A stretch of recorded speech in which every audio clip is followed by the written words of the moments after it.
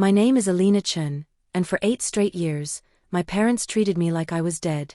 No calls, no messages, not a single word. Then one Tuesday morning, my name appeared all over Forbes, and just 4 hours later, my phone lit up. A text from my mother, the first text in 8 years, Christmas Eve dinner at 7 o'clock. Family only. Urgent matter to discuss. I read it twice, and it felt like an old wound ripped open. I knew exactly what urgent matter meant. It had always meant the same thing in the Chun household. So I replied, "I'll be there." And that night, I walked through their front door carrying the one gift my mother, who had erased me 8 years ago, never saw coming. If this story makes your blood boil, or if your family has ever turned their back on you just because you chose your own path, drop a comment and hit subscribe right now, because the next part is where the real drama begins. 8 years ago, I walked out that front door with one suitcase in the pouring November rain. I was 19 and had just told my father, Victor Chun, that I was dropping out of MIT to move to Austin and build a cryptocurrency startup. He exploded. He shoved his chair back so hard it crashed to the floor, slammed both hands on the dining table, and shouted loud enough for the whole neighborhood to hear, "From tonight forward, Alina Chun is dead. To the Chun family, dead. Do you all hear me?" My mother, Linda, never looked up from her plate. She just pressed her lips together and kept pushing string beans around with her fork. My younger sister, Bianca, 17 and glued to her phone even then, let out a short mocking laugh and said, "Good. One less person hogging the bathroom." Uncle Raymond, Dad's older brother and the real day-to-day boss of Chen & Associates, leaned back in his chair, folded his arms, and delivered the final twist of the knife. "Don't come crawling back when that little fantasy of yours implodes. You've just torched every bridge to your inheritance." I stood there, soaked coat half on, waiting for anyone to say, "Wait, stop. She's still our daughter, our sister." The room stayed silent except for the rain hammering the windows. Then I felt a gentle tug on my sleeve. Grandma May pulled me into the hallway, away from the table, pressed 5 crisp $100 bills into my hand, and slipped a small folded note into my coat pocket with her phone number written in purple ink. She cupped my face for a second, looked me dead in the eyes and whispered, "Go make them eat those words, sweetheart." That was the last sentence anyone in that house said to my face for the next 8 years. I took the red line downtown, bought the cheapest Greyhound ticket I could find to Austin, and boarded the bus with nothing but the suitcase, the $500, and a dead phone. 29 hours later, I stepped off in Austin with $37 left, and absolutely no idea what came next. The first 12 months were pure survival. I bounced between friends of friends' couches, slept in 24-hour diners when I wore out my welcome, and worked 3 jobs at once, 5 a.m. to noon, barista at a coffee shop on South Congress. Noon to 6 p.m., DoorDash on a borrowed bike. 8 p.m. to 2 a.m., office cleaner in the downtown financial district. Some weeks, dinner was plain ramen and tap water 3 times a day. I showered at the Planet Fitness with a 7-day free trial. I kept restarting under different emails. I learned to code from free library computers because I couldn't afford Wi-Fi. I lived in a 200-square-foot room with 4 other people for 13 months, sleeping on a mattress that smelled like old pizza. When the AC died in July, I slept in nothing but a tank top and still woke up drenched in sweat. There were nights I sat on the apartment complex stairs at 3 a.m., staring at the downtown skyline, almost ready to buy a one-way ticket home and beg for forgiveness. Every single time, I pulled out Grandma May's note, read her handwriting again, and went back inside to keep coding. I built the first version of the app on a cracked 2016 MacBook I bought off Craigslist for $250, teaching myself JavaScript and Solidity until my eyes crossed. I launched it with 0 marketing budget and watched the first users trickle in, then hundreds, then thousands. Investors finally started knocking. I still never breathed a word back home. For 8 full years, the only voice from my old life was Grandma May calling once a month from a prepaid burner phone she kept hidden in her nightstand. She never asked for money, never lectured, never said, "I told you so." She just listened, told me she was proud, and hung up before the minutes ran out. That was it. That was all the family I had left. That Tuesday morning, I was staring out my window at Lady Bird Lake when the Forbes article dropped. I opened the link out of reflex. My name sat at the very top of the 30 under 30 finance list in thick black letters. The piece called me the dropout who built an empire out of spite and code. It stated plain as day, that the company I started on a broken laptop in a cramped apartment had just closed its latest funding round at a valuation of exactly $135 million. I sank into the leather chair, phone still glowing in my hand, waiting for the wave of triumph I'd imagined for years. Nothing came. The apartment was dead quiet except for the low hum of the air conditioner and the distant wail of a siren. There was no one to call, no one to scream to, no one to say, "Look, I did it." 8 years of total silence had made certain of that. Then the screen lit up again. Not a VC, not a reporter, a number I had deleted and rewritten in my mind 1,000 times. My mother's name appeared like a ghost. The message was short, clinical, efficient. Christmas Eve dinner at 7 o'clock. Family only. Urgent matter to discuss. I read it until the letters blurred. My pulse slowed to a cold, steady thud. I knew that phrase by heart. In Chen family code, urgent matter had always meant one thing: somebody needed cash. I stood up and walked to the glass wall overlooking the water. 8 months earlier, Grandma May had called late at night from her burner. Her voice was soft, almost apologetic. She told me Chen and Associates had overexpanded, interest rates had spiked, and the banks were done waiting. Total debt, $15.3 million, secured against every property, the house, even Dad's retirement accounts. She didn't ask me to fix it. She never would. She just said, "I thought you deserved to know before it hits the papers." That same night, I set up a Delaware LLC, nested it inside 2 more holding companies, and began buying the debt quietly, patiently, one chunk at a time. By the time the Forbes reporter sat across from me in this very living room asking about my rags to riches story, I already owned every lien, every note, every default notice. They never suspected the buyer was the daughter they'd buried. I looked down at the city lights shimmering on the water and felt something shift inside my chest, cold and final. I opened the airline app and booked the last non-stop to Boston departing that evening. While the ticket loaded, I dialed the only number I'd never blocked. Grandma May answered on the first ring. "It's live," I said. "I saw it an hour ago," she replied, pride cracking in her voice. "You did it, Alina." A beat of silence. "Your mother just invited me to Christmas Eve dinner too.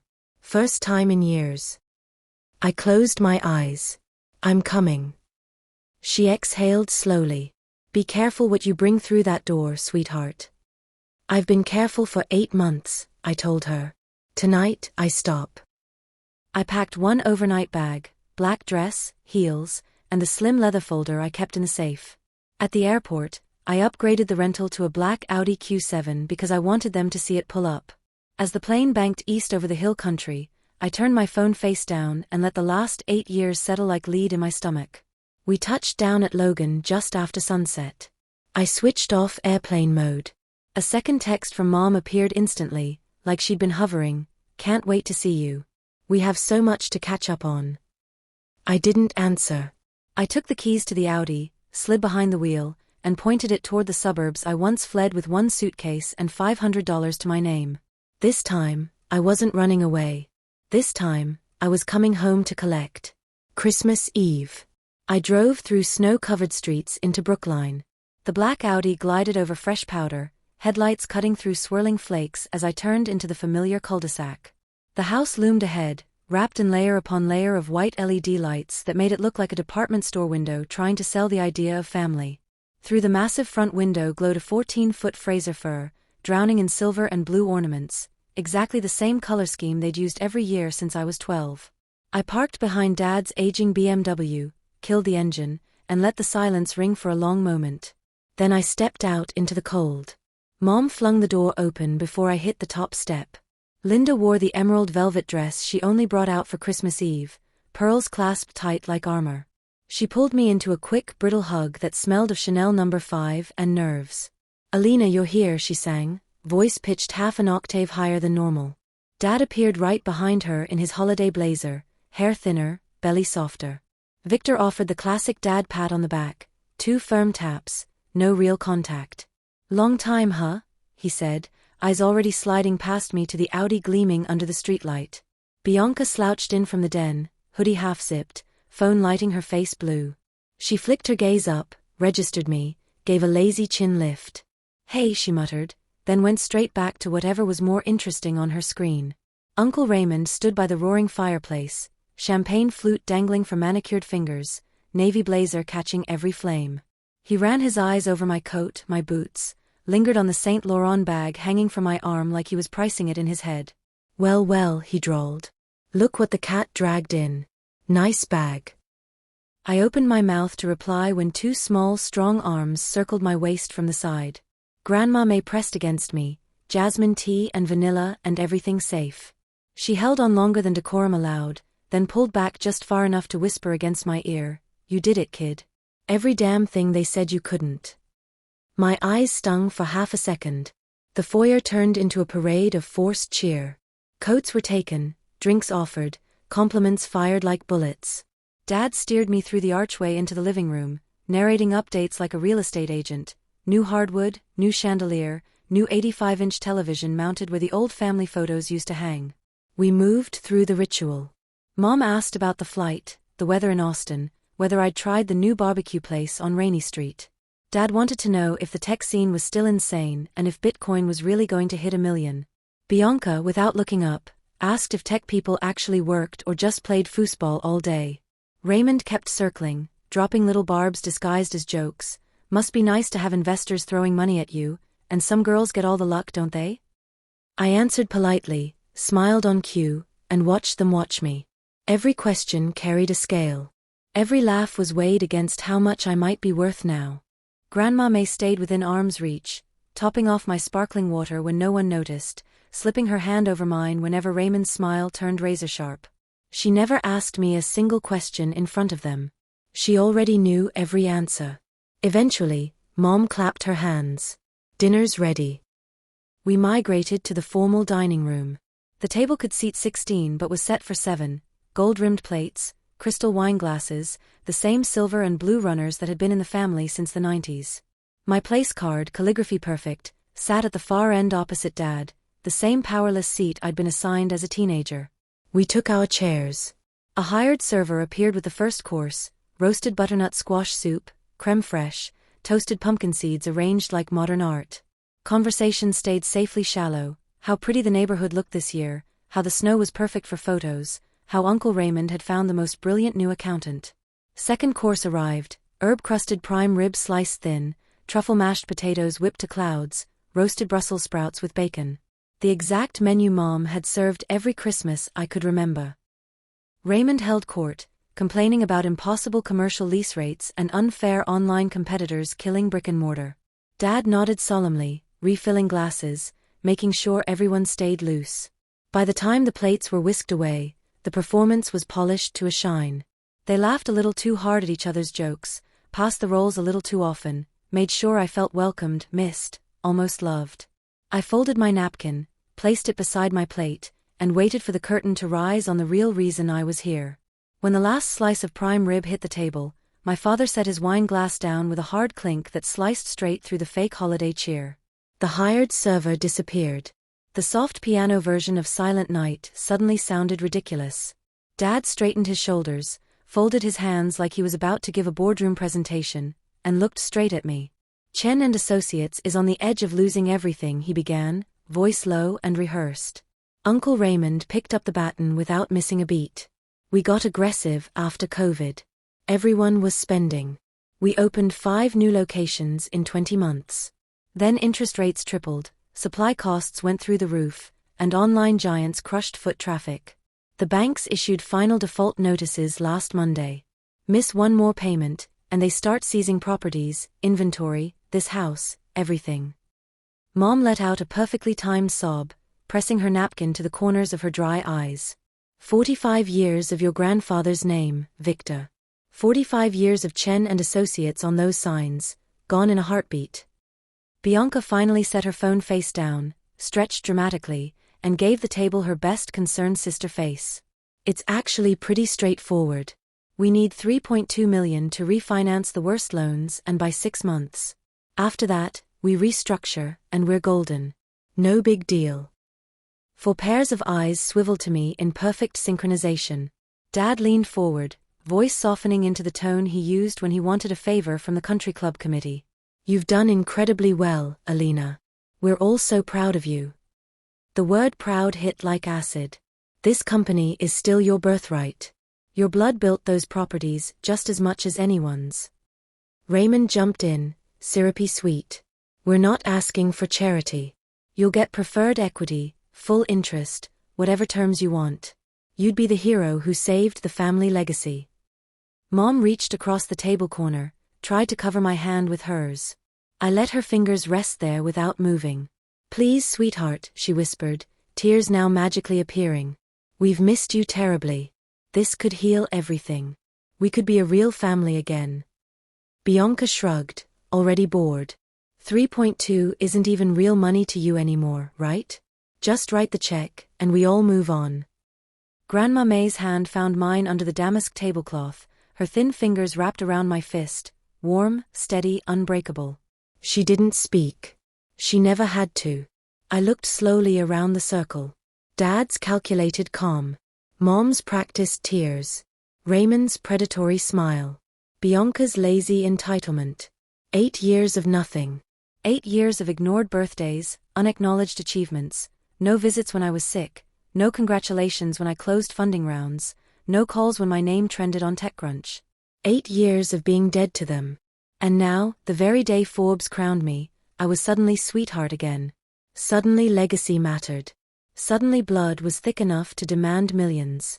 Dad tried one last push, voice dropping into the old commanding register that used to make me flinch.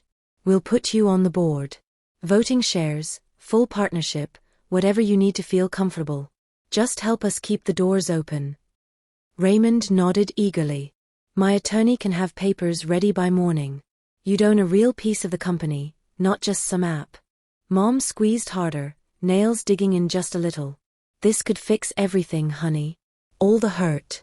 All of us together again, like it should be.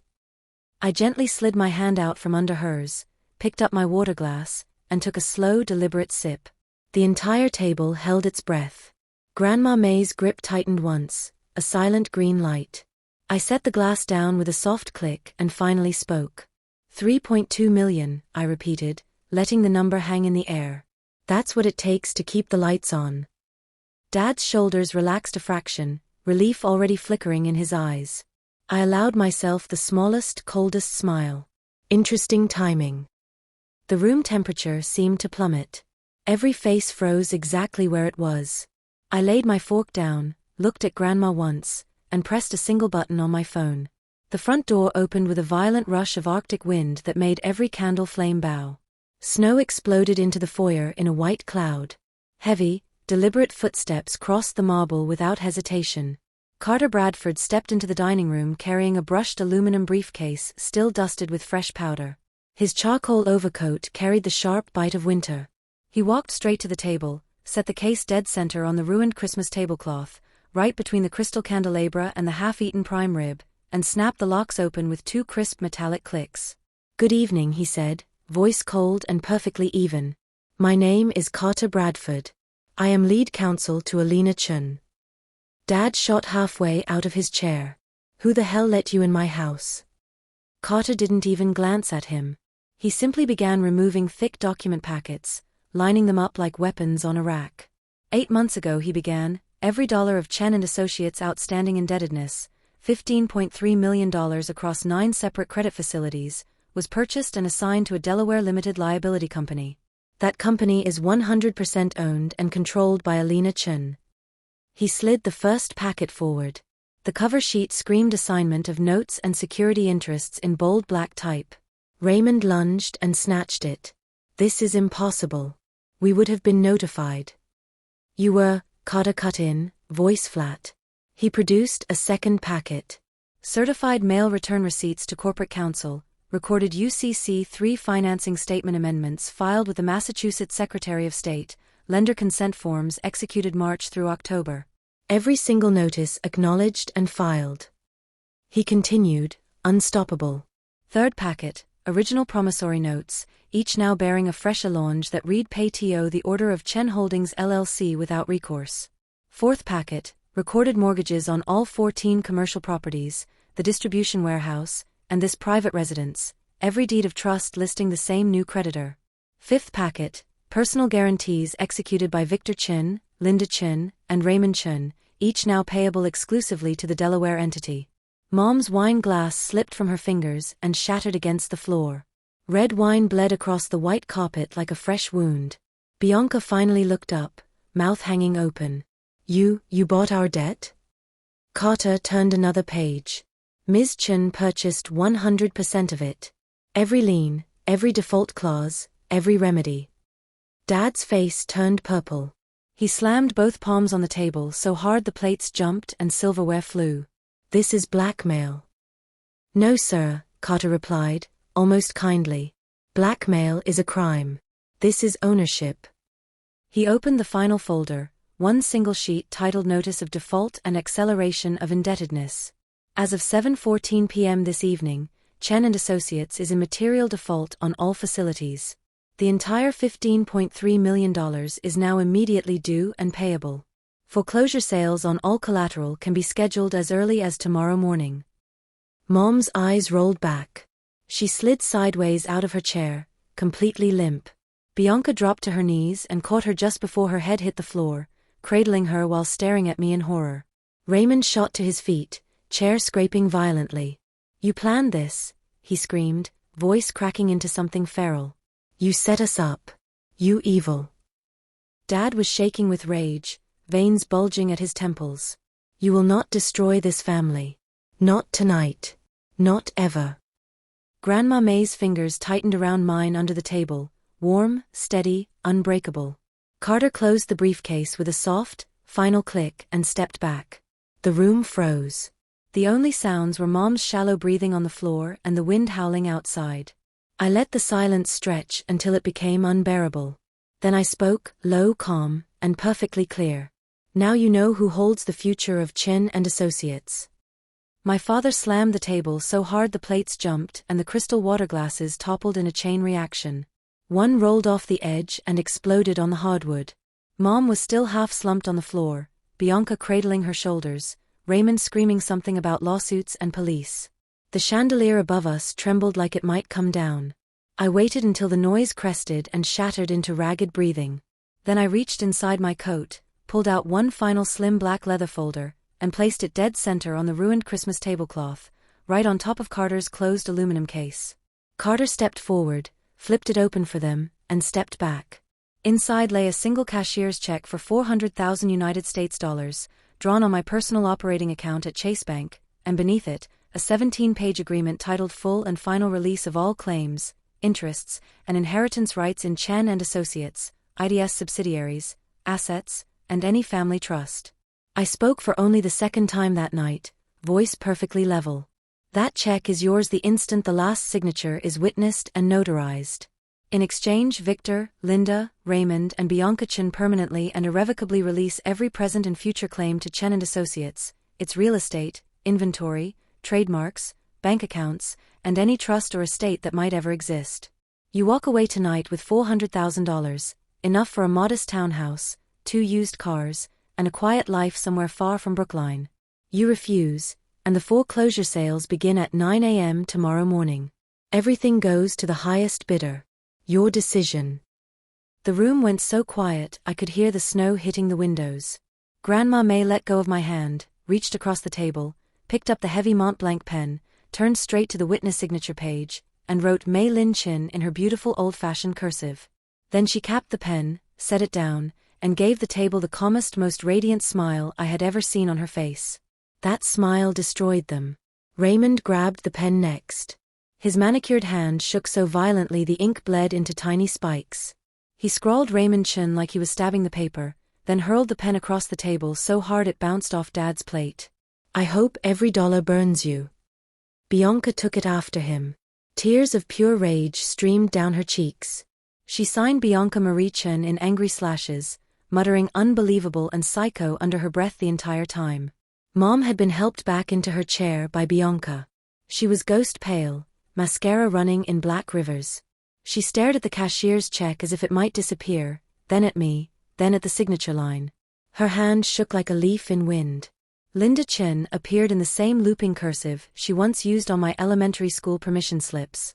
When she finished, she let the pen roll away and buried her face in her trembling hands. Dad remained standing, looming over the document like he could intimidate it into vanishing. His chest rose and fell in furious bursts. The grandfather clock in the hall began to chime 10 p.m. He stared at the signature block for a full minute, pride and terror at war across every line of his face. Finally, he snatched the pen. The first stroke ripped the paper. He pressed harder, slower, until Victor James Chun was carved into the page in thick, dark lines, the same hand that once signed my college rejection letters telling me to get serious. He dropped the pen like it was on fire. Carter moved immediately. He verified every signature, initialed each page in red, applied his Massachusetts notary seal and embossed stamp to the final execution page, then slid the original executed set into a fresh manila envelope and placed bound certified copies in front of Dad. "The cashier's check is valid and negotiable tonight," he said. "The debt has been marked paid and satisfied in full as of 10:03 p.m. All foreclosure proceedings are permanently terminated. You may deposit the funds immediately." He closed everything, tucked the envelope under his arm, and stepped aside. The dining room was silent except for Mom's broken, hiccuping sobs and the soft tick of cooling wax from the candles. I rose from my chair. Grandma May stood with me, linking her arm through mine without hesitation. I looked at each of them one last time. Dad stared at the table, shoulders collapsed. Raymond's hands were clenched so tight his knuckles were white. Bianca held Mom while she cried into her soaked hoodie. Grandma's grip was warm, proud, unbreakable. I spoke once more, softly, clearly, for the final time that night. "Merry Christmas." Then I turned and walked out of the dining room, Grandma May at my side, Carter 2 steps behind, carrying the only thing left of the empire they once swore I would never touch, my name on every line that mattered. I helped Grandma into the Audi while snow kept falling. Carter closed her door gently, circled to the driver's seat, and pulled away from the house without looking back. The Christmas lights blurred into streaks of silver and blue through the rear-view mirror. Grandma May rested her head against the heated leather seat and let out a long, quiet breath. "You okay?" I asked. She reached over and patted my hand. "Better than I've been in 40 years, sweetheart." We drove in silence to the small 2-bedroom condo I had bought her 7 months earlier in downtown Cambridge. She had refused anything larger. "I've got too many memories in big houses," she'd said. "I want peace now." That night, she fell asleep in her recliner before the fireplace, wrapped in the cashmere blanket I gave her. I kissed her forehead and left Carter waiting downstairs. 6 months later she passed, like a slow exhale. The Brookline mansion sold at auction for $5.1 million, barely enough to cover the remaining liens after I released the primary mortgage. Dad moved into a 1-bedroom rental in Newton. Mom filed for divorce 33 days later. The papers cited irreconcilable differences. She took half the cashier's check and disappeared to a condo in Fort Lauderdale. No forwarding address. Uncle Raymond's brokerage license was suspended after 4 ethics complaints from former clients. Last I heard, he was selling luxury watches at a department store in Burlington, working commission only. Bianca lasted 4 weeks at a marketing agency before she was let go for cultural fit issues. Now she drives for Instacart in the same black hoodie she wore that Christmas Eve, the one still faintly stained with Mom's mascara. Chen and Associates became Chen Financial Group under my full ownership. I kept 4 flagship locations, rebranded the rest, and turned the company profitable again within 11 months. The employees who stayed got raises and equity. The ones who had mocked me years ago found new jobs quickly. Grandma May never asked for a penny. She spent her days reading, tending her tiny balcony garden, and calling me every Sunday at exactly 4 p.m.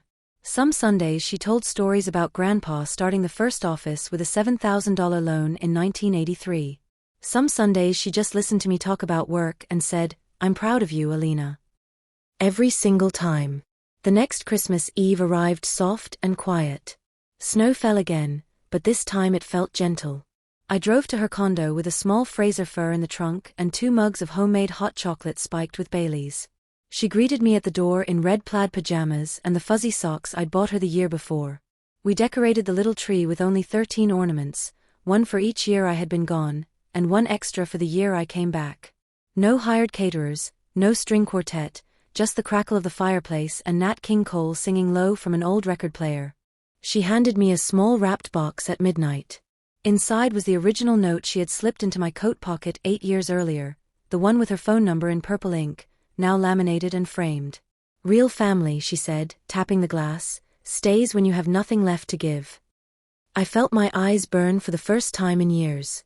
We sat on the floor in front of the fire, backs against the couch, legs stretched out like we were 20 and 70 again. The tree lights blinked red, green, gold. Outside, the world was white and silent. I raised my mug to the only person who never declared me dead. She clinked hers against mine. To the granddaughter who proved every single one of them wrong. We drank. The chocolate was sweet and warm. The fire popped. The snow kept falling. And for the first time in my entire life, Christmas felt exactly like home.